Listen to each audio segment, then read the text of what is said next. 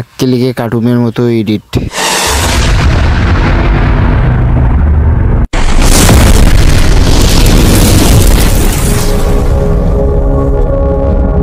সর্বপ্রথম আমরা magic eraser ব্যবহার করব।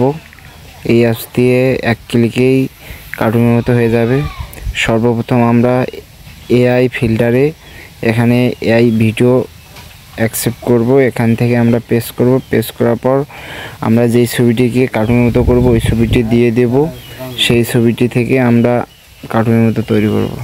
আর যদি ম্যাজিক ইরেজার অ্যাপসটি যদি পুরো লাগে তাহলে কমেন্ট বক্সে কমেন্ট করিয়েন, আপনাদেরকে আমি ম্যাজিক ইরেজার পুরো দিয়ে দেব। আর আমার চ্যানেলটিকে সাবস্ক্রাইব করে রাখবেন।